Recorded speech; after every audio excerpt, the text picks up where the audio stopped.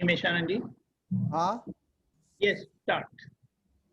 नमो वीतरागाय, नमो वितरागाय, नमो अरिहंताणम, नमो अरिहंतानम, नमो सिद्धाणम, नमो सिद्धानम, नमो आयरियाणम, नमो आयरियानम, नमो उवजायाणम, नमो उवस्दायानम, नमो लोये सव्वसाफुणम, नमो लोये सौव साहुनम, ऐसो पंचनमुक्कारो, ऐसो पंच नमुक्कारो, तव्वपावपणासनो, सौव पाव पणासनो, मंगलाणं च सव्वेसिं, मंगलानम च सौवेसिम, पद्मं भवै मंगलम्। पद्मं हवै मंगलम। ओम नमो भगवते वासुदेवाय। ओम नमो भगवते वासुदेवाय। ओम नमः शिवाय। ओम नमः शिवाय। जय सच्चिदानंद। जय सच्चिदानंद। Jai Satchidanand. Amma, you can start. Today it's a you are beneficiary. Nimeshanand ji, Jai Satchidanand. जय सच्चिदानंद। Please, can I get the explanation for the Mangalacharan? पूरा निज स्वभाव से सद्गुरु। अच्छा, Okay, I'll get it. I'll get it. इसमें ज्ञानी पुरुष की वैल्यू बताई है और ज्ञानी पुरुष कभी कभार होते हैं, उसमें भी अक्रम विज्ञानी दादा भगवान उनकी दशा की बात कविराज ने लिखी है। निज स्वभाव से सद्गुरु मतलब निज मतलब मैं शुद्धात्मा हूं हमेशा के लिए निश्चय निर्णय से, और वो सद्गुरु है। सद्गुरु मतलब खुद भवसागर पार कर चुके हैं और दूसरों को करवाने में निमित्त बनते हैं। सद्गुरु उनका स्वभाव क्या है? तो कि ना तो किसी का गुरु है, ना तो किसी को शिष्य बनाते हैं, ना तो उनको शिष्य बनाने की भीख है, भिखारीपन है, ना तो उनको खुद को गुरु बनने की भिखारीपन है। ऐसा व्यवहार में उनका पद है। व्यवहार में उनसे कोई छोटा नहीं है और शुद्धात्मा की अपेक्षा से उनसे कोई बड़ा नहीं है। ऐसे और देखने जाए तो वो अगुरु लघु स्वभाव वाले हैं, क्योंकि व्यवहार में लघुतम और गुरुतम शब्द यूज किया है, और ज्ञानी अगुरु लघु स्वभाव वाले हैं। फिर आगे का उनका सेंटेंस है सूक्ष्मतमा सिद्ध परम गुरु। तो सूक्ष्मतम स्थूल, सूक्ष्म, सूक्ष्मतर और सूक्ष्मतम, जिन्होंने सूक्ष्मतम पद में आ चुके हैं और सूक्ष्मतम पद में आने के बाद वो यही मोक्ष का हर पल हर क्षण अनुभव करते, जिसको सिद्ध कहते हैं। मतलब सिद्ध मतलब 100% अभी कुछ करने का रहा नहीं, उनको गलतियों से भी मुक्त हो गए। तो सूक्ष्मतमा सिद्ध परम गुरु। परम गुरु मतलब तो कि जिन्होंने गुरु पद पाने की कभी इच्छा तक न रखी हो, खुद परमार्थ, परम अर्थ, परमार्थ मतलब परमात्मा का सूक्ष्मतम अनुभव करके बैठे हैं, ऐसे परम गुरु। सत्यम निश्चय वंद्य है। सत्यम मतलब इस संसार में अगर कोई वंदन करने जैसे पुरुष है जिनके अंदर प्योरिटी हो, ट्रांसपेरेंसी हो, जिनकी आंखें देखकर लोगों का कल्याण हो, जिसका हास्य देखकर सभी का कल्याण हो जाए, जिसकी वाणी देखकर हमारे कितने जन्मों का रोग जल के खत्म हो जाए और हमें समझ में भी आए। ऐसे निश्चय से मतलब मैं अपना खुद का स्वरूप समझता हूं इस दादा भगवान को मैं नमस्कार करता हूं, मतलब मैं अपने ही स्वरूप का दर्शन करके उनको निश्चय मतलब मैं भी वही स्वरूप हूं जो दादा भगवान स्वरूप है, मगर मेरा स्वरूप मुझे संपूर्ण अनुभव में नहीं आ रहा है, इसके लिए दादा भगवान को निश्चय से वंदन करता हूं। दादा भगवान जो इस काल में ध्येय लेकर आए जगत कल्याण का, 24 तीर्थंकर भगवंतों का सबका साथ में एक करुणा, 24 तीर्थंकर भगवंत के भीतर जो करुणा बरसती थी, वही करुणा इस काल में दादा भगवान में प्रकट हुई। और दादा भगवान ने कोई भी एडवर्टाइज नहीं, कोई भी मार्केटिंग नहीं, किसी भी प्रकार का दिखावा, स्पेशलिटी नहीं, एक कॉमन मैन की तरह पूरे संसार में 30 साल जिए, 1958 से लेकर 1988 तक, 1958 to 1988, very common man, very common. आज हम आप्तपुत्र भी इतना कॉमन मैन नहीं है, आप्तपुत्रों भी अपने कुर्ते पायजामा से पहचाने में आते हैं। दादा भगवान जिस वेश में ज्ञान हुआ, वही कुर्ता, वही धोती, वही टोपी, वही बूट, शूज, उसी में ही एंड तक वही उनका वेश मतलब ड्रेस। यही ये दादा भगवान जो जगत कल्याण की लाए थे, तो दादा भगवान के लिए हम प्रार्थना करते 33 करोड़ देवी देवताओं को, 33 करोड़ देवी देवताओं को, कि इस जगत कल्याण में हमें आप मदद करना, आशीर्वाद देना, और इस विश्व के शांति के लिए, विश्व के हितों के लिए, शांति के लिए आपको हम स्वागत करते हैं। दादा भगवान सिद्ध स्वरूपी मूर्त मोक्ष, मतलब इस काल में शरीर होते हुए भी,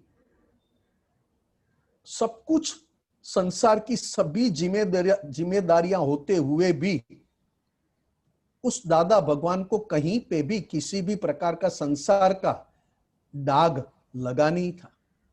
हालांकि पूरा संसार में थे, हीराबा के साथ थे, अपने पार्टनरों के साथ थे, अपने सभी सगे संबंधियों के साथ थे, फिर भी एक दाग संसार का कहीं पे भी लगा नहीं, और सभी दाग जो थे वो भी मिटा दिए।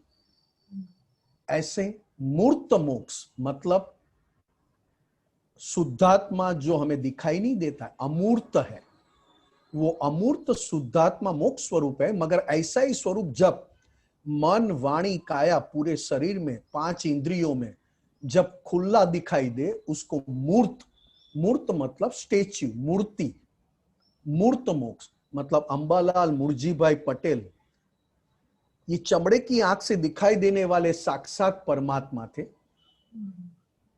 और खुद अंबालाल मुर्जीभाई पटेल से हमेशा निरंतर अलग रहते थे। ऐसे सिद्ध स्वरूपी उनके पास हम हमारी दिल से हम आलोचना करते हैं कि हमारी जो गलतियां हुई है उसको हमें माफी दो।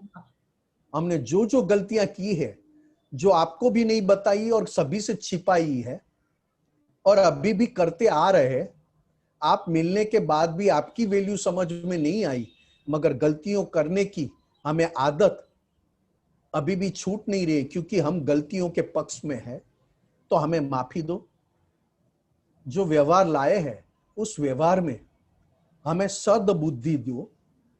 सद्बुद्धि मतलब हर एक व्यवहार के हर एक संजोगों में सॉल्यूशन निकल आए, कहीं पे टकराव ना हो, अच्छी तरह बैर बांधे बिगर, बैर भाव बिगर रास्ता निकल आए। ऐसी व्यवहार में हमें सद्बुद्धि दो, ताकि जितना हम व्यवहार को स्वच्छ शुद्ध कर पाएंगे, किसी भी प्रकार का बैर न बांधे, किसी भी प्रकार की कंप्लेन न करे, किसी के लिए हमारी कंप्लेन ना हो, ऐसा जैसे जैसे व्यवहार में सद्बुद्धि प्राप्त होती जाएगी, तो व्यवहार जितना शुद्ध हुआ उतना निश्चय में हमारी वृद्धि मतलब निश्चय का अनुभव बढ़ते जाएगा। निश्चय मतलब मैं शुद्धात्मा हूं। वो मैं शुद्धात्मा हूं, उस निश्चय का अनुभव क्यों नहीं बढ़ रहा है? तो कि सामने हमारा व्यवहार अभी भी हर पल हर क्षण कच्चा पड़ता है। पूरा दिन दिखाई तो नहीं देता है, मगर कभी कभी ऐसा दिखाई देता है कि व्यवहार में हम कच्चे पड़ गए। जो दादा भगवान का व्यवहार था उसके सामने हमारा व्यवहार 1% भी नहीं है। दादा भगवान को 60,000 महात्मा मिले, फिर भी कहीं पे भी किसी के साथ ना तो कंप्लेन थी, ना तो किसी को उनके लिए कंप्लेन था। और दादा भगवान का चरित्र, व्यवहार चरित्र इतना टॉप क्वालिटी, व्यवहार चरित्र इतना टॉप क्वालिटी कि निश्चय चरित्र खुला करना नहीं पड़े, अपने आप खुला हो जाए। व्यवहार में किसी भी प्रकार का उनके ऊपर दाग नहीं था। ये मंगलाचरण है। जय सच्चिदानंद। जय सच्चिदानंद मिशन जी, बहुत खूब। जय सच्चिदानंद। गीता बहन अलवर। जय सच्चिदानंद स्वामी जी। जय सच्चिदानंद। Light on. स्वामी जी, गीता में 15वें अध्याय में पुरुषोत्तम की व्याख्या की गई है। हाँ हाँ तो मैंने कहीं पढ़ा या सुना कि अब लगता है कि जो वो व्याख्या की गई है वो दादा भगवान के लिए परफेक्ट बैठती है। हाँ जी, हाँ कि जी, वो मर्यादा में भी थे और अमर्यादा भी थी। हाँ हाँ तो बिल्कुल। किस तरह से उसको बताया गया है?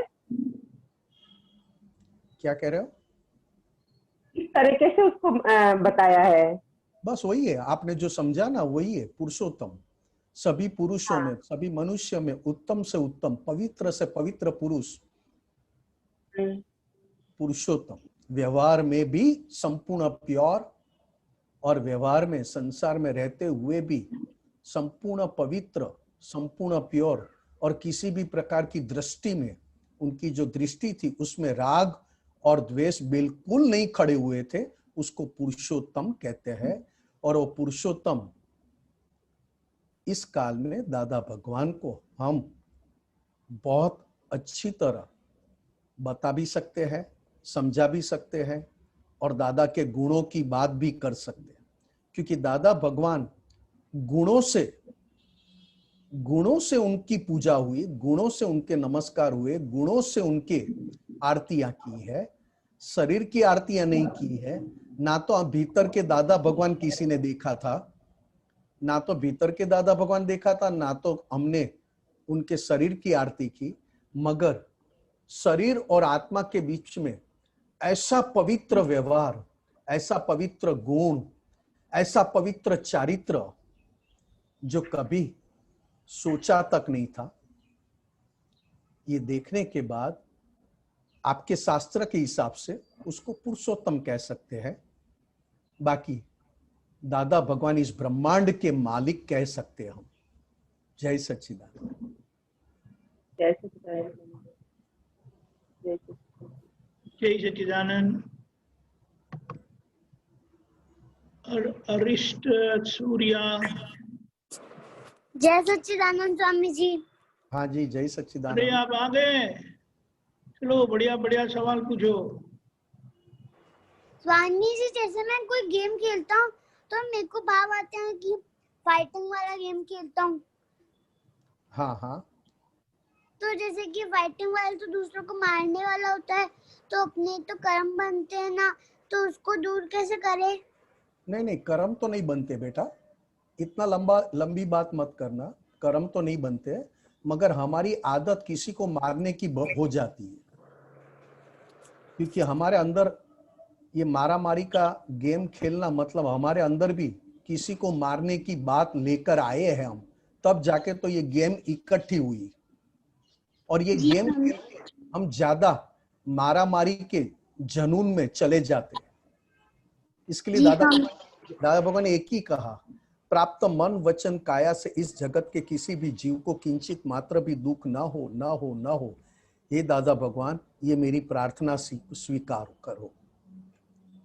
जी स्वामी जी, जैसे मैं स्वामी जी, मेरा एक और प्रश्न है। ये बोलिए।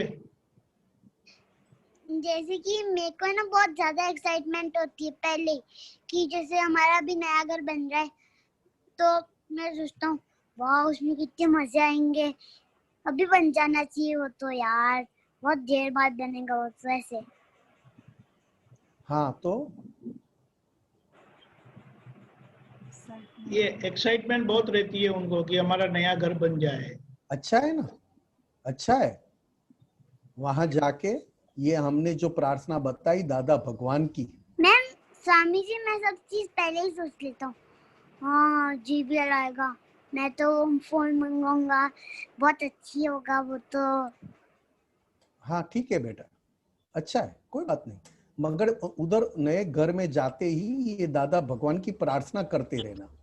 एक तो ये प्रार्थना प्राप्त मन वचन काया से इस जगत के किसी भी जीव को किंचित मात्र दुख ना हो, और दूसरी प्रार्थना उस नए घर में जाने से हमेशा करते रहना, केवल शुद्धात्मा अनुभव के सिवा इस जगत की किसी भी विनाशी चीज मुझे नहीं चाहिए। ठीक है ना बेटा? जी स्वामी जी। ये जरूर प्रार्थना करते रहना अपने अंदर जितनी ये प्रार्थना दोनों करोगे, उतना घर नया हो या पुराना हो, आपके भीतर आनंद अपने आप रहेगा, लेना नहीं पड़ेगा। ठीक है? मैं तो मेरे रूम में दादा भगवान की फोटो भी लगा दूंगा। जरूर जरूर बेटा, जरूर जरूर। हाँ, जय जय सच्चिदानंद, सच्चिदानंद, जय बहुत सच्चिदानंद। अच्छे, बहुत अच्छे। जय सच्चिदानंद। जय सच्चिदानंद। अभी कौन प्रश्न पूछने वाले हैं? सब बड़ी शांति हो गई लगती है। निमेशानंद जी, आपने हाँ जी, बहुत हाँ जी। बढ़िया, आपने बहुत बढ़िया सत्संग किया पर्यूषण में वगैरह, सभी आप तो पुत्र ने, तभी ये सब म्यूट करके बैठ गए हैं। हाँ जी, हाँ जी। अभी मैं किसे बुलाऊं? अच्छा, ये अल्पा बहन बोलते थे। अल्पा बहन बड़ौदा से कुछ बोलना चाहेंगे आप? अनम्यूट करेंगे? नहीं, फिर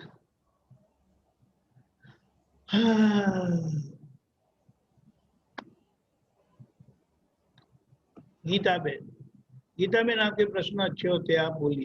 हाँ बोलिए। स्वामी जी। जय सच्चिदानंद। स्वामी जी, दादाजी का जो व्यवहार चरित्र था जो आपने अभी बताया, उनका तो वो लाखों वर्ष तक लेकर आए थे, तब उनका प्रारूप में आया था, और नहीं, नहीं, अब हम लोगों ऐसा किसने का। कहा? ऐसा किसने कहा आपको लाखों वर्षों का है? दादाजी कहते हैं ना कि लाखों वर्ष नहीं नहीं नहीं, के वो तो बाद। अक्रम विज्ञान लाखों वर्षों का। दादा भगवान का व्यवहार लाखों वर्षों का नहीं है। क्या? अरे, दादा भगवान का व्यवहार लाखों वर्षों का नहीं है। दादा भगवान जो अक्रम विज्ञान लेकर आए वो 10 लाख साल का है। अच्छा, उनका व्यवहार तो अभी लेकिन का है, अभी ये 5। हाँ, अब हम जैसे उनको सुनते हैं आपके माध्यम से, तो हमारे अंदर भी वही सत्यता, सरलता, सहजता, वो सारे गुण व्यवहार चरित्र में हो, तो उसके लिए हमें क्या, कैसे मतलब इम्प्रूव करना है अपने उसको? अपने को तो केवल एक ध्यान में रखना है कि मुझे शुद्धात्मा का अनुभव करना है। और शुद्धात्मा का अनुभव किस तरह हो सकता है? तो कि अपने मन वाणी काया जितने जितने पवित्र होते जाए, उतना शुद्धात्मा का अनुभव बढ़ते जाएगा, या तो अपने आप होते जाएगा। मैंने लक्ष्य में क्या रखा है? शुद्धात्मा का अनुभव मेरे अंदर इसी क्षण ये शरीर के साथ आना चाहिए। अब शुद्धात्मा का अनुभव कैसे आएगा? तो कि जैसे जैसे मैंने व्यवहार में मैंने तय कर लिया कि शुद्धात्मा का अनुभव के अलावा मुझे कोई भी व्यवहार की विनाशी चीज में सुख का अनुभव करना नहीं है, संभाव से निकाल करना है, वैसे वैसे मेरा व्यवहार पवित्र बनते जाएगा। और जितना व्यवहार पवित्र बना उतना शुद्धात्मा का अनुभव अपने आप खुला होता है। इसके लिए 9 कलम वो बात है। 9 कलम को अपने मन वाणी काया को 9 कलम वेरी हार्टीली बोलने को कहो। आप देखो पता चल जाएगा। अभी भी अपने फाइल नंबर 1 मतलब अपने मन वाणी काया 9 कलम भी हार्टीली बोलते हैं या किसी विनाशी सुख में चले जाते? स्वामी जी कल है ना, मतलब कल मेरे अंदर यही प्रश्न बार बार आ रहा था कि 9 कल में जो हम बोल रहे हैं वो मेरा चरित्र व्यवहार हो जाए। हम किसको सुना रहे हैं बोल के, हम किसके लिए बोल रहे हैं? शुद्धात्मा को तो सुनना नहीं है। और ये प्रकृति है उसको क्या, तो वो मेरा मतलब वो मेरा अपना हो जाए। जो 9 कलमों की जो सिद्धांत है नहीं है बहन जी, ये सब बात नहीं है। अहंकार को पिघालना है। ये मैं शुद्धात्मा और ये 9 कलम बोल के अपने जो डिस्चार्ज अहंकार लाए है, उस अहंकार को परमात्मा की ओर हमें झुकाना है और जो हम आदतें लेकर आए उससे बाहर निकलना है। तो अहंकार 9 कलम की आराधना करता है। कौन सा अहंकार? तो कि जो लेकर आए हैं। वो कौन सा अहंकार है जो लेकर आए? वो हिंसक भाव वाला है। हिंसक भाव, बात बात में किसी के साथ कटु वचन निकल जाना, किसी के लिए टॉन्ट निकल जाना, बात बात में किसी का घिसा पिटा बोलना। उस अहंकार को हम ये 9 कलम देकर अहंकार को शुद्धात्मा की ओर झुकाना चाहते। मैंने बात आपको ये नहीं किया था, मैंने बात ये कहा था कि 9 कलम आप हार्टीली बोलने जाओगे तभी आपको पता चलेगा कि 9 कलम में उसका चित्त कितना है और संसार की विनाशी सुख में कितना चला जाता है। तो संसार की विनाशी सुख में से जितना जितना बाहर निकले उतना व्यवहार पवित्र हुआ और जितना व्यवहार पवित्र हुआ उतना शुद्धात्मा का अनुभव बढ़ा। ठीक है ना गीता बहन? बात है स्वामी। हाँ स्वामी जी एक और था कि मनुष्य भाव मतलब सबसे उत्तम, मनुष्य भाव सबसे उत्तम।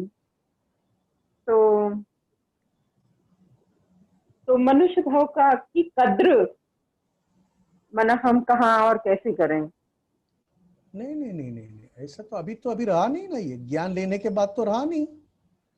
हाँ अभी अपन को तो नहीं रहा। हम खुद मनुष्य ही नहीं रहे। हाँ हम शुद्धात्मा हुए ना ज्ञान लेने के बाद। ये हमारे ये गलती हो जाती है। ज्ञान लेने के बाद हमारी ये गलती हो जाती है। हम मनुष्य बन जाते हैं, ये स्त्री बन जाते हैं, पुरुष बन जाते हैं, शुद्धात्मा बन जाते हैं। अभी हमारा पक्का नहीं है।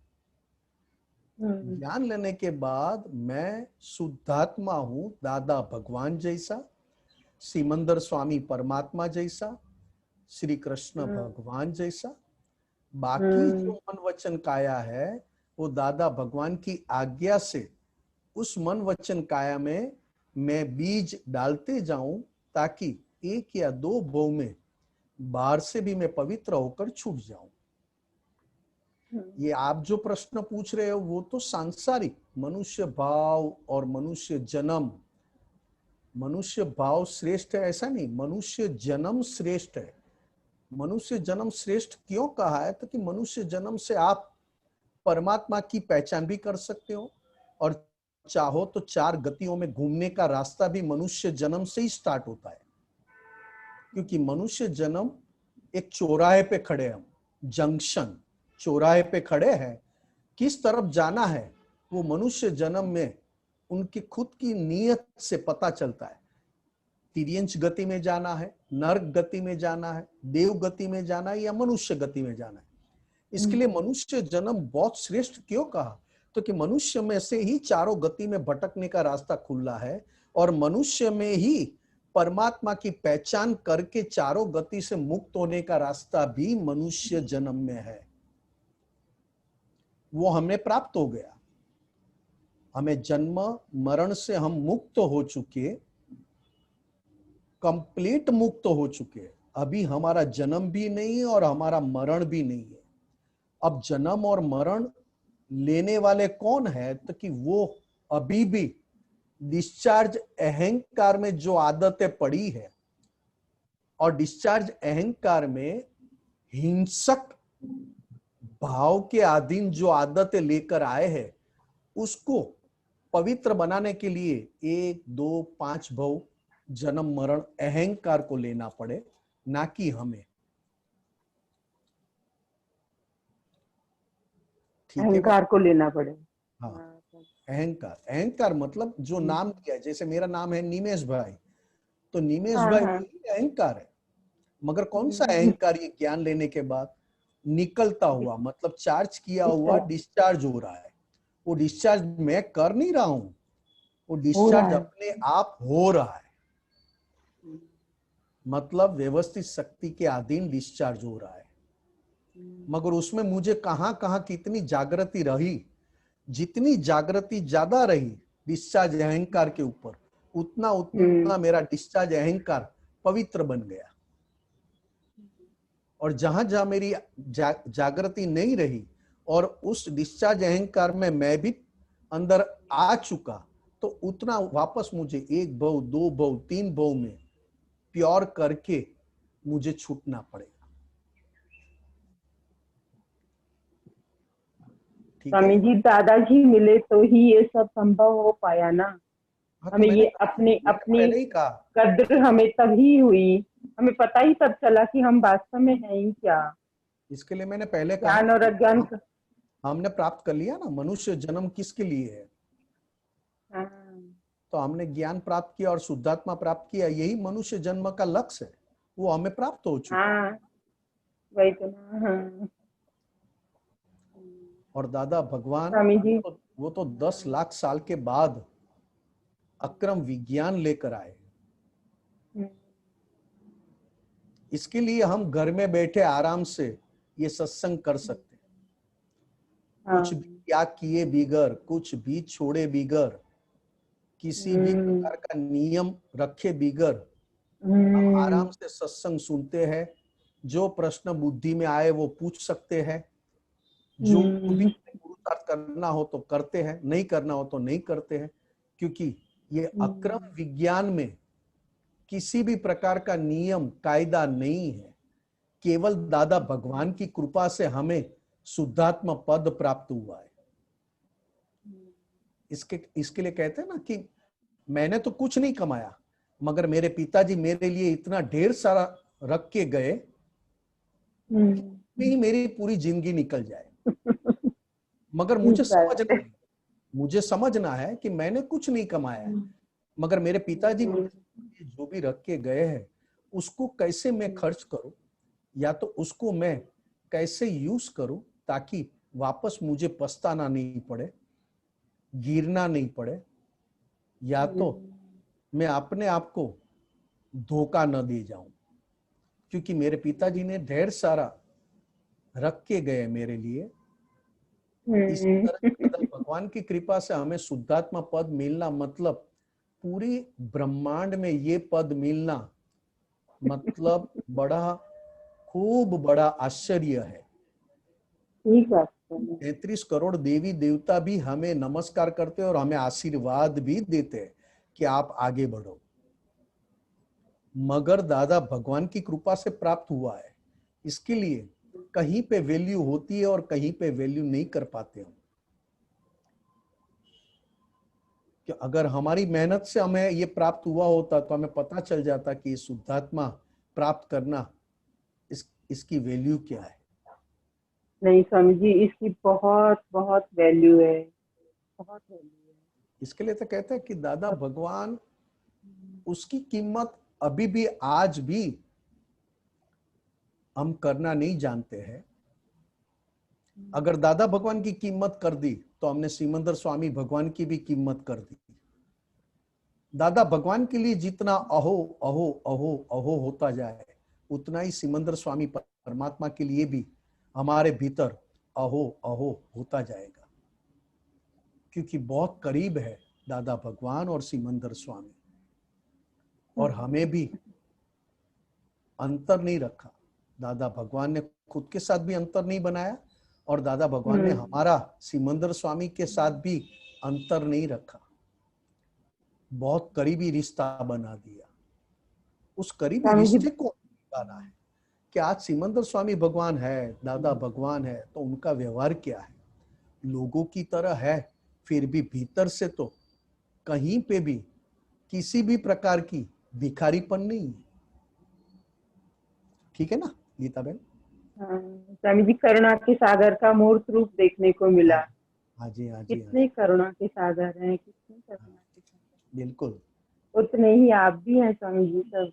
नहीं नहीं, दादा भगवान के साथ कंपेयर मत करो साहब, ये हमारी विनती है। दादा भगवान के साथ कंपेयर मत करना। भले ही हम रास्ता दिखा सके, भले ही हम सत्संग करें, स्वाध्याय करें, आपस में एक दूसरे को फायदा भी हो, फिर भी दादा भगवान न भूतो न भविष्यति, ऐसा पुरुष मिलना और ऐसे पुरुष की वैल्यू समझ में आना बहुत कठिन बात है। क्योंकि दादा भगवान मिलने के बाद संसार बहुत स्मूथ हो जाता है, और दादा भगवान मिलने के बाद संसार स्मूथ हो गया तो दादा भगवान की वैल्यू कम हो समझ में आती है। क्योंकि उनके मिलने से और उनके यश नाम कर्म से आज हम संसार में किसी भी प्रकार के विघ्न नहीं रहे। हमें आराम से खाते हैं, पीते हैं, बैठते हैं, घर चलता है, कोई प्रकार की चिंता नहीं। फिर भी ये दादा भगवान मिलने के बाद संसार इतना स्मूथ हो गया तो जागृति में हम कच्चे ना पड़ जाए, ज्ञान जागृति में हम फिसल ना जाए, संसार का सुख लेने में चले ना जाए। हम संसार का सुख लेना मतलब अपने मन वाणी काया का सुख लेना। अपने मन वाणी काया को के पास से सुख लेना, उसी को संसार का सुख कहा है। ठीक है? ठीक है स्वामी जी। जय सच्चिदानंद। जय सच्चिदानंद। हेमा बेन मुकुल भाई।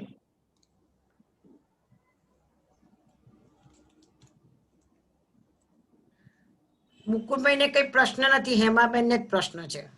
हाँ जी, हाँ जी। આપણે જય સચ્ચિદાનંદ.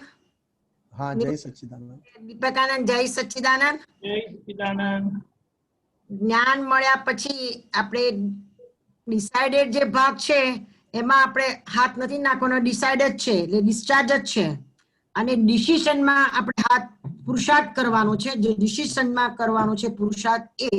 પણ એમાં તમારે અને હમણાં ઘણા વખતથી વિચાર આવે છે કે જે દાદા ભગવાનની કોઠાસૂઝ હતી એ કોઠાસૂઝ કેવી રીતે આપણામાં પેદા થાય અને અને 60 સમકીની નિશાની છે કે બધા નેગેટિવ ને વાતને પોઝિટિવ કરવી હંમેશા.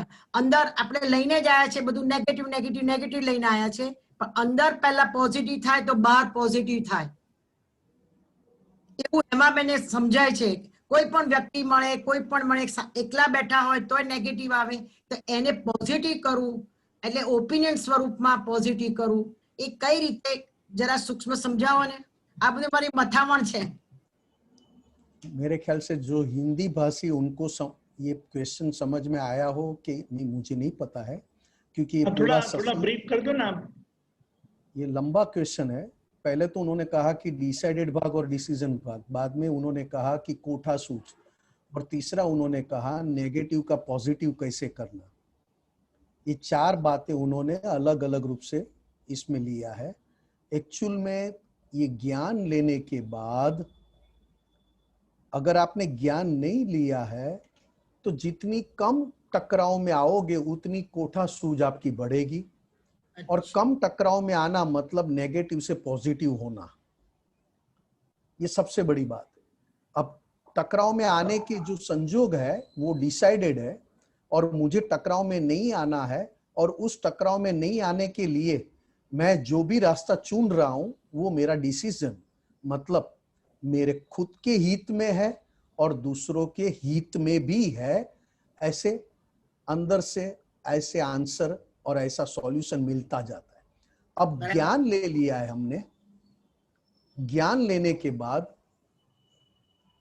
आपकी ये जो बातें हैं डिसाइडेड और डिसीजन, तो डिसाइडेड में जो भी हो, मगर डिसीजन में ये होना चाहिए सबसे पहला कि दादा भगवान की तरह, सबसे बड़ा तप दादा भगवान की पूरी सांसारिक जीवन में, एक तो लघु बन के कैसे रहना, अपनी स्पेशलिटी न खड़ी करे और लघु बन के रहना सभी के व्यवहार में। निमिषन स्पेशली जरा डिटेल में कौन है? नहीं, डिटेल्स तो जाने तो हेमा बहन, अभी आप जो गुजराती में पूछते हो वापस मुझे हिंदी करना पड़ेगा। तो करना पड़ेगा नहीं, इसके लिए मैं कह रहा हूं हेमा बहन, स्पेशलिटी मतलब अपनी अलग की पहचान बनाना। अच्छा, इसको स्पेशलिटी कहते हैं। जैसे हम सभी के बीच में गए और अपना कुछ ऐसा क्वेश्चन या ऐसी जगह और ऐसे खड़े हो जाए कि अपनी अलग पहचान बताए हम। अच्छा, जो दादा भगवान ने कभी भी 50 साल में कभी भी नहीं बताई, कभी ये चीज खड़ी ही नहीं हुई उनके अंदर, ना तो हीराबा के साथ, ना तो उनके पार्टनर के साथ, ना तो उनके सगे संबंधी चचेरे भाइयों के साथ। वो जो थे वैसे ही रहे। ये ज्ञान लेने के बाद मैं अपनी बात कर रहा हूं, अपने सब महात्माओं की, कि महात्माओं का व्यवहार दादा भगवान का जीवन देखकर ही ज्ञान लेने के बाद ऐसा होना चाहिए। दूसरा बड़ा तप दादा भगवान का, दूसरा सबसे बड़ा तप दादा भगवान का जो किसी को पता नहीं चला, 1958 में आत्मज्ञान हुआ। 1958 में दादा भगवान प्रकट हुए अंबालाल मुर्जीभाई पटेल के देही मंदिर में। ऐसे प्रकट हुए न भूतो न भविष्यति। प्रकाश तो वही था, आत्मा का ही था, मगर प्रकाश खुला होने की रीत अति आश्चर्य। 1958 में दादा भगवान प्रकट होने के बाद भी उनकी देखो तो सही एक कॉमन मैन की तरह रहना, 4 साल कॉमन मैन की तरह रहे। 1962 तक किसी को कुछ पता तक नहीं चला, कहने की जरूरत ना पड़ी। दादा भगवान देखते थे कि निमित्त मिले तो ये ज्ञान खुला हो पाएगा। 4 साल पूरा ज्ञान अंदर प्रकट हुआ था। दादा भगवान संपूर्ण प्रकाश स्वरूप थे, हर जगह जाते थे। सिमंदर स्वामी के देरासर में जाते थे, मुंबई गए तो भी जाते थे, गुजरात में आए तो भी जाते थे। ना किसी को कुछ पता तक चला। 4 साल इतने ब्रह्मांड के स्वामी अंदर प्रकट हुए, फिर भी उनका व्यवहार कहीं पे भी एक्स्ट्रा नहीं दिखाई दिया। ये सारी बातें हेमा बेन हमें बहुत समझने की जरूरत है। मैं तो कहता हूं इसको मैं क्या कहूं, मैं ये कहूं दादा भगवान का सेंटेंस बोलूं, मैं कुछ भी जानता नहीं हूं। वो तो दादा भगवान ने सेंटेंस दिया और मैं आपके सामने बोल रहा हूं। आपकी समझ पीछे है ना उसकी, मगर इसकी दशा नहीं, ऐसी बात नहीं। दादा भगवान की दशा ये 4 साल की, ये 4 साल मौन रहे, देखते रहे, और अंबालाल मुर्जीभाई पटेल से एक क्षण भी अंदर मिले नहीं।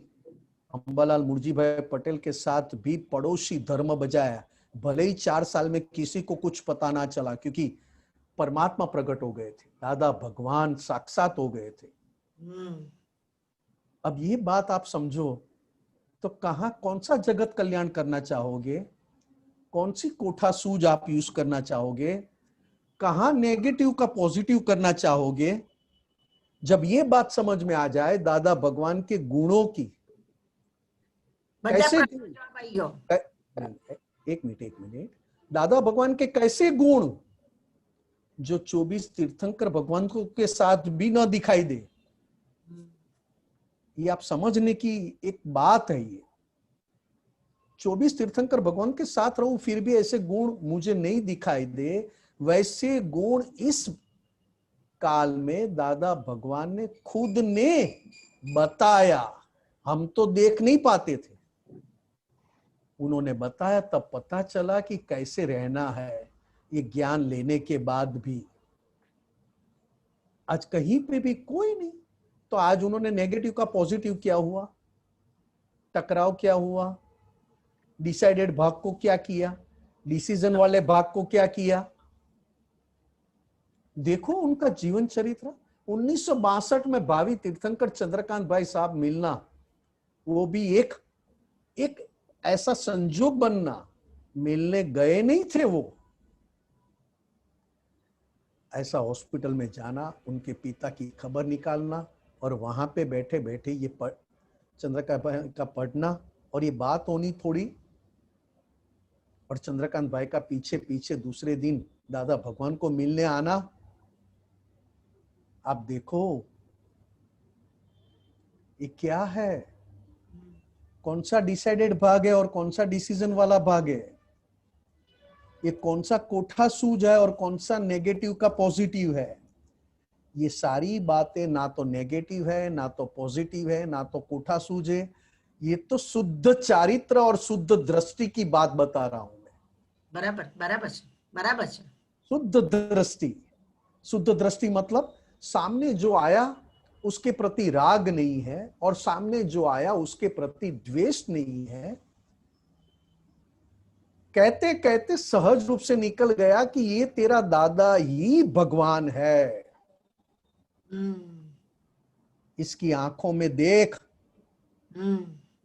और 5000 आदमी के बीच में जाकर अपमान करना और आंखों में फर्क पड़े तो समझ लेना तेरा दादा ज्ञानी नहीं है, और 5000 के बीच में जाकर बहुत अच्छी प्रशंसा करना और उनकी आंखों में फर्क पड़ जाए तो भी तेरा दादा ज्ञानी नहीं है। यह तेरा दादा ज्ञानी हो चुका है। तो दादा आप दादा नहीं हो, दादा भगवान हो। ये एक ही शब्द पूरा पंचम आरा का कल्याण कर डाला। कलयुग में कल्याण करने वाला शब्द कोई हो तो दादा भगवान। ऐसा पवित्र शब्द तीर्थंकर भगवंतों के टाइम पे तीर्थंकर भगवान के लिए था।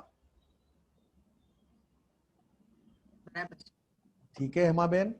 बराबर। બધા પ્રશ્નોનો જવાબ તમે એકમાં ભાગોળીને સરસ આપી દીધો, સમજાઈ ગયો. તો એમાં બેન સામાયિકમાં બેસે ને તો મગજમાંથી આ બધા પ્રશ્નોનો વિચાર નીકળે, બધું નીકળે, એટલે થોડું લખી રાખવું પછી પૂછવા માટે. ये तो हेमा बेन मैं इसके लिए बात की मैंने कि दादा भगवान की जो यश नाम कर्म, दादा भगवान का जो ऐश्वर्य काम कर रहा है उसका अनुभव करने जैसा है, ना कि हमारी वजह से कुछ है। बराबर है, बराबर, समझी गई। क्योंकि ये पूरा योग बल, पूरा यश नाम, पूरा ऐश्वर्य दादा भगवान। कैसा आज भी उनके दादा भगवान के साथ 33 करोड़ देवी देवताएं दादा भगवान के ज्ञान को आगे बढ़ाना चाहते हैं। बराबर।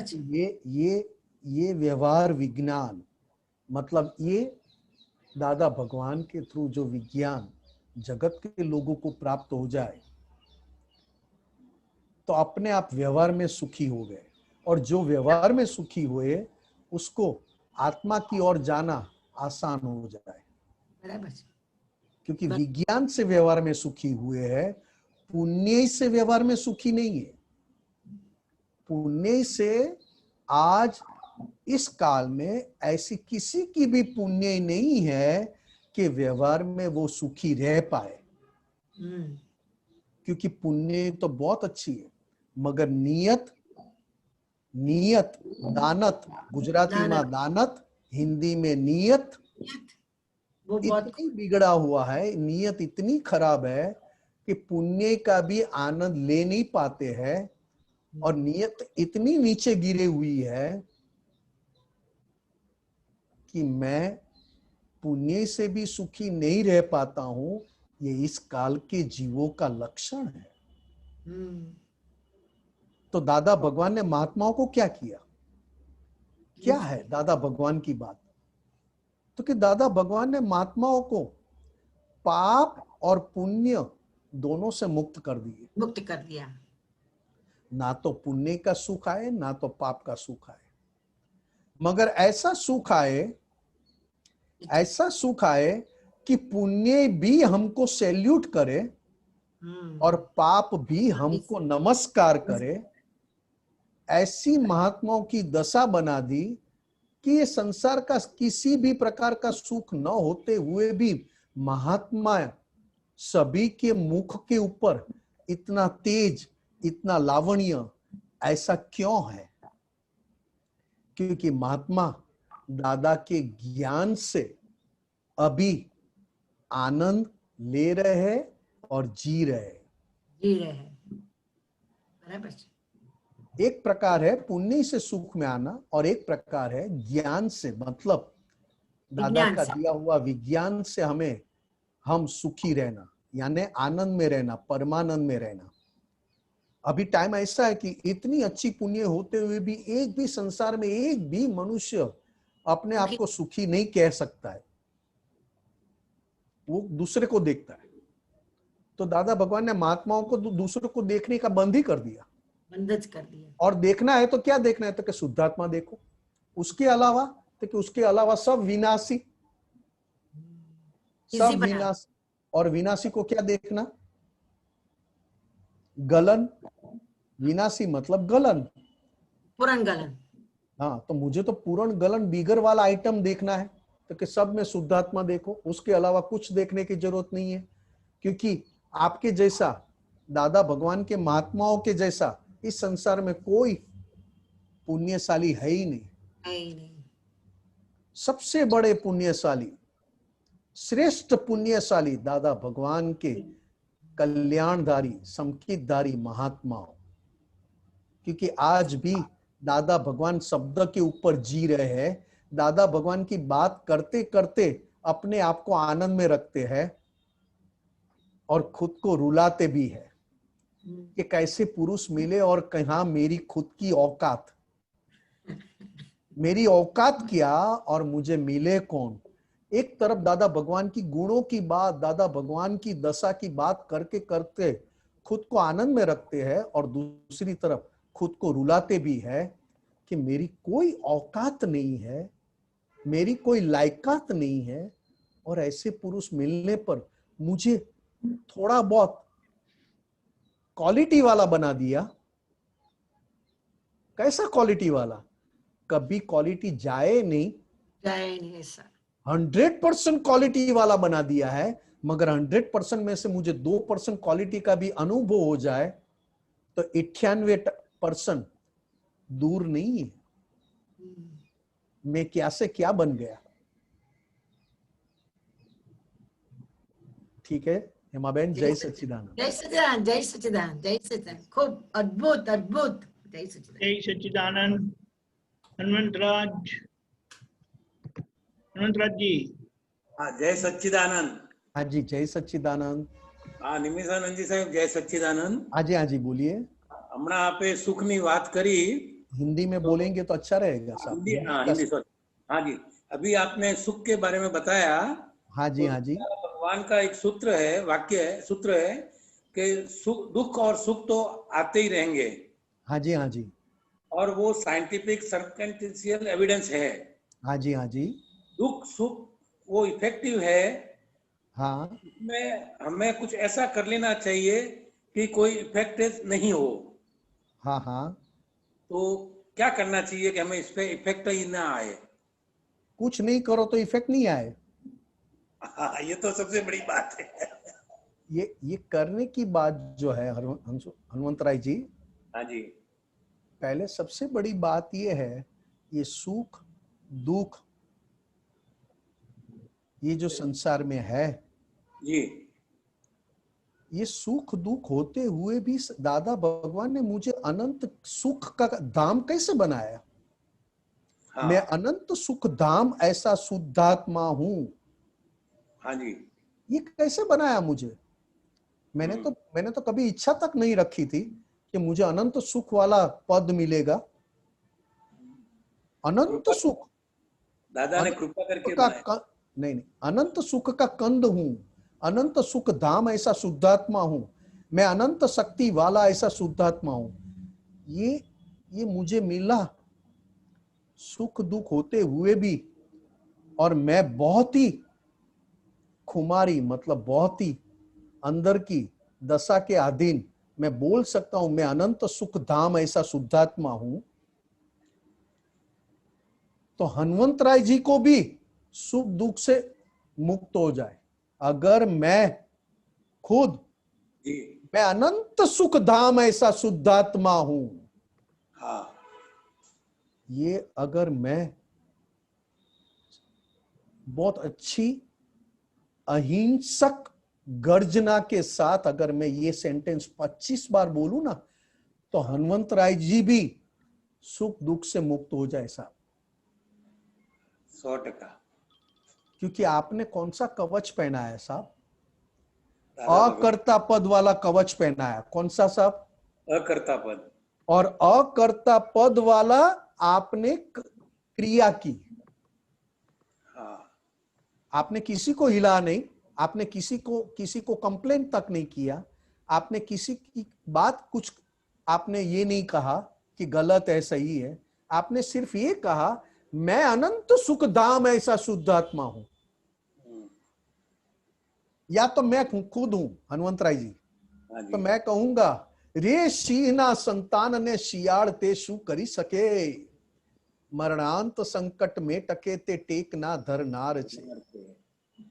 ते टेक ना धरनार छे। ये मैंने निमेश के पास बुलवाया, निमेश के पास, कि बोल निमेश, इतने इतने छोटे मोटे सुख दुख से घबरा जाता है तो भगवान महावीर स्वामी की एग्जाम कब देगा? ओहो इतने छोटे सुख दुख से तू हिलने की या तो छूटने की बात कर रहा है। तो दादा भगवान ने तो पंचम आरे में 24 तीर्थंकर भगवान का जो परीक्षा 24 तीर्थंकर भगवंतों ने दी थी, उन्होंने केवल ये 50 साल में सारी परीक्षाएं दी कलयुग में। बराबर। साहब कलयुग में दादा भगवान को पहचानने वाले एक मनुष्य नहीं मिला।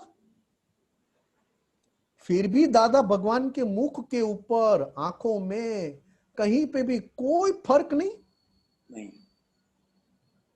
ये कैसी एग्जाम साहब? देखिए सबसे बड़ी एग्जाम, अंबालाल मुर्जीभाई पटेल को उनका काम करने दिया और वो खुद अंबालाल मुर्जीभाई पटेल से मुक्त होकर अंबालाल मुर्जीभाई पटेल को देखते ही रहे, पहचानते रहे, उसमें कहीं पे भी दखल खड़ी नहीं की जी। ये जैसी तैसी एग्जाम है साहब? नहीं, जोरदार जबरदस्त। ये तो क्या है कि निमेश को दुख आया तो निमेश ने एक पैरासीटामोल ले लिया, दुख को चला खत्म कर दिया। थोड़े हाथ पैर दुखते हैं तो पेन किलर लिया, हाँ बस हो गया, अब मैं शुद्धात्मा हूं।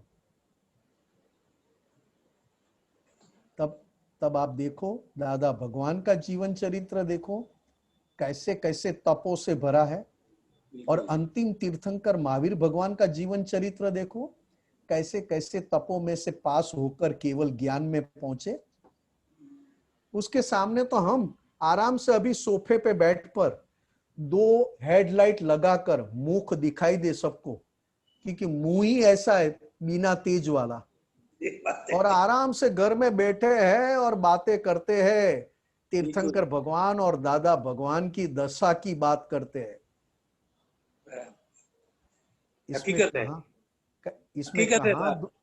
इसमें कहां दुख कहां सुख?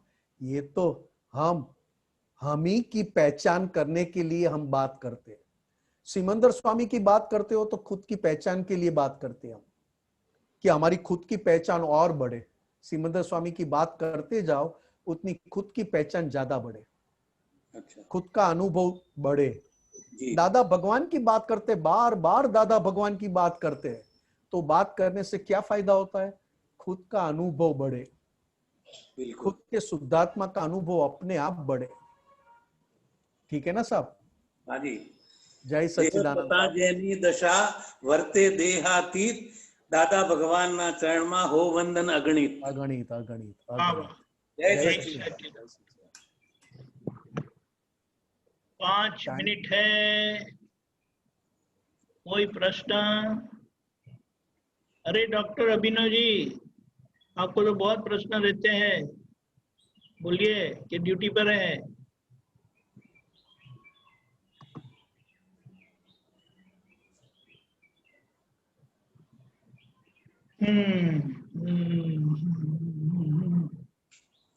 अल्पा बहन बोलिए।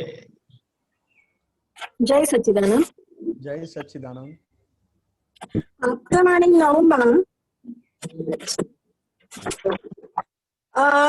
અક્રમ વિજ્ઞાનની લબ્ધિ એવા ટોપિકમાં મને થોડું કન્ફ્યુઝન થયું। आवाज कट होती है। આપતાવાણી 9 हाँ बोलिए। અક્રમ વિજ્ઞાનની લબ્ધિ એ હેડિંગ છે। ओके, હેડિંગ है आप અક્રમ વિજ્ઞાન पेज नंबर એડિશન છે ને આ જૂનું છે 528। 528। ओके, तो बोलिए। हाँ तो और बुक कौन सी है? बुक एडिशन नहीं या नहीं, जय सच्चिदानंद संघ की है कि कौन सी है? क्योंकि अलग जय अलग है। जय सच्चिदानंद संघ છે અને આવૃત્તિ પ્રથમ છે।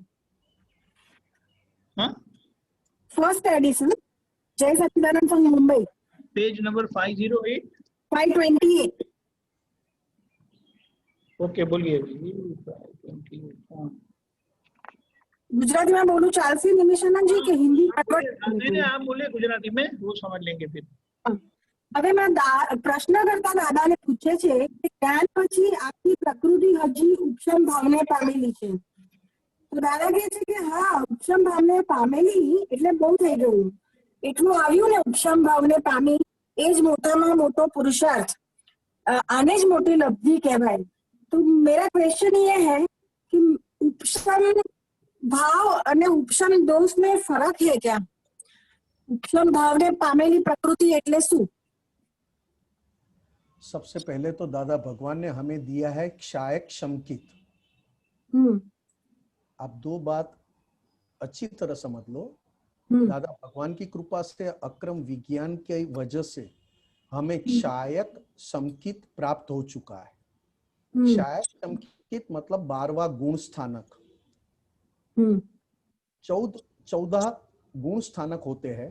12वें गुण स्थानक में बैठना मतलब 100% परमात्मा हो जाना, क्योंकि 12वें गुण स्थानक में आना मतलब 12वें 13वां और 14वां तीनों भगवत गुण ही कहलाते हैं। क्षायक शमकित प्राप्त किया है, मगर सामने हमारा व्यवहार 4थे और 5वें गुण स्थानक वाला है। व्यवहार 4थे और 5वें गुण स्थानक वाला है। अब अक्रम विज्ञान नहीं मिला था तब तक हमारी प्रकृति और प्रकृति में रहे भाव केवल सांसारिक भाव मतलब हिंसक भाव से भरे हुए थे। और जैसे ही ये ज्ञान पाया और हमें व्यवहार में 5वें गुण स्थानक में हमारी प्रकृति में मंदता आई। मंदता, हिंसक भाव में मंदता, प्रकृति के दोषों में मंदता, क्योंकि सामने प्रकृति को हम 5वें गुण स्थानक में आने के बाद दादा भगवान की कृपा से आए 5वें गुण स्थानक में। 12वें गुण स्थानक निश्चय दृष्टि है, 5वें गुण स्थानक व्यवहार दृष्टि है। अब दादा भगवान ने ये कहा व्यवहार और निश्चय दोनों एक साथ हो जाए, पैरेलल हो जाए, तब जाके एग्जैक्ट वितरागों का अनुभव होता है। बराबर। अभी पांचवें गुण स्थानक में हमारे भाव उपशम होना, मतलब हिंसक में से अहिंसक की ओर आगे बढ़ना, क्योंकि बार बार नेगेटिव आएगा, बार बार प्रतिक्रमण करोगे, बार बार आप प्रतिक्रमण करके अंदर शुद्ध करोगे। बराबर। ठीक है ना? बराबर। और सामने दोष है, उपशम दोष है। तो कि दोष क्या है? तो कि दोष हो रहा है, उसकी खुद की इच्छा न हो या खुद की इच्छा हो, होने के बाद तुरंत न इच्छा हो वो भी दिखाई देता है, और इच्छा के साथ हुआ हो तो वो भी दिखाई देता है। बराबर। और दिखते ही उपशम दोष दिखते ही हमारे भीतर वो देखना, मतलब आधा दोष खत्म हो जाना। बराबर। और उपशम भाव मतलब देखने के बाद हम अभी दादा की दृष्टि से अपने भीतर, मतलब फाइल नंबर 1 के अंदर पॉजिटिव होना, शुद्ध होना, ये हमारी शुरुआत हुई है। भगवान ने कहा कि ये ज्ञान दृष्टि पाने के बाद उपशम होना ये कोई छोटी बात नहीं है। उपशम हो नहीं पाते, क्योंकि हिंसक भाव से छूटना वही सबसे बड़ी हमारी सफलता है।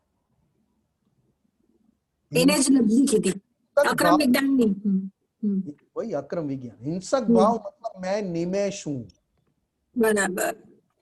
मैं निमेष हूं, मैं भाव कर रहा हूं, मैंने दोष किए, मेरी वजह से हुआ, तो कि इसमें से कोई सेंटेंस आपका सच्चा नहीं। बराबर। हुआ, गलत भाव हुए वो भी सही है, खराब भाव हुए वो ही सही है, दोष गलत हुआ वो भी सही है, मगर इसके पीछे आपकी नीयत क्या थी? निमेष, तेरी नीयत क्या है? अगर तेरी नीयत ये है तो उसके साथ तूने कितना परिश्रम किया उस नीयत को आगे बढ़ाने में। बराबर। ये सारी बातें कब होती है? जब दोष और भाव उपशम हुए और दृष्टि मिली 12वें गुण स्थानक की। बराबर। निश्चय में दृष्टि मिली 12वें गुण स्थानक, और व्यवहार में दृष्टि पाई हमने 5वें गुण स्थानक की। तो दादा भगवान कहते थे कि कोई 5वें में हो, कोई 6ठे में हो, कोई 7वें में है, मगर ये व्यवहार गुण स्थानक को निश्चय तक 12वें गुण स्थानक ले जाने में कौन हेल्प करता है? तो कि 5 आज्ञा दृष्टि। जैसे मैं चाय पीता हूं तो चाय कौन पी रहा है? बस मुझे इतना ही पूछना है अपने आप को। बराबर। चाय किसको भाई? बस पिया वो कोई बात नहीं, भाया किसको? तो किसको? ठीक है। हर एक क्रिया में आप क्रिया करने वाले को अलग रखो और क्रिया करने वाले को देखो, वो ही हमारा व्यवहार गुण स्थानक 5वें से 12वें तक आगे बढ़ाना है, उसको 5 आज्ञा दृष्टि। बराबर। ठीक है। बराबर। बराबर। जय सच्चिदानंद। टाइम हो चुका है 4 जय बजे। सच्चिदानंद। रूपल बहन, बंसल जी, टाइम खत्म हो गया है। हाँ, कल हो सकेगा। जय सच्चिदानंद। आप त्रिमुद्र बुलाएं। अल्पा बहन आप फॉलो करिएगा। हाँ जी। नमो वितरागाय, नमो वितरागाय, नमो अरियंताणम, नमो अरिहंताणम, नमो सिद्धाणम, नमो सिद्धाणम, नमो आयरियाणम, नमो आयरियाणम, नमो उवजायाणम, नमो वज्रायाणम, नमो लोए सव्वसाहुणम, नमो लोए सवसाहुणम, ऐसो पंच नमोकारो, ऐसो पंच नमुकारो, सव्वपावपणासनो, सौभपावपणासनो, मंगलाणम च सव्वेसिम, मंगलाणं च सौवेसिं, पद्मं भवै मंगलम। पद्मं हवै मंगलम्। ओम नमो भगवते वासुदेवाय। ओम नमो भगवते वासुदेवाय। ओम नमः शिवाय। ओम नमः शिवाय। जय सच्चिदानंद। जय सच्चिदानंद।